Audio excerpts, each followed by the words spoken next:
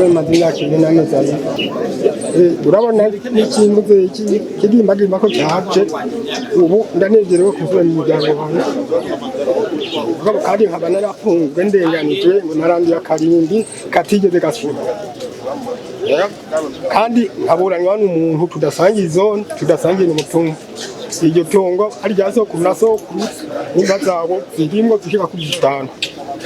Yewe cyo ngiye gukora gusa urabona aho ngereye sinyibasha kuza gucingira hari amafaranga gusa icyo nasaba mukuru w'igihugu ngo atugire ikigongo yondonsa gaka nkaza ndakahirira akagabura haronka umwavu nokoresha iyo bakoze icyo no musaba nuko yorunguka intumwa zikagira muri iryo tongo hama imva zirimo tukazisambura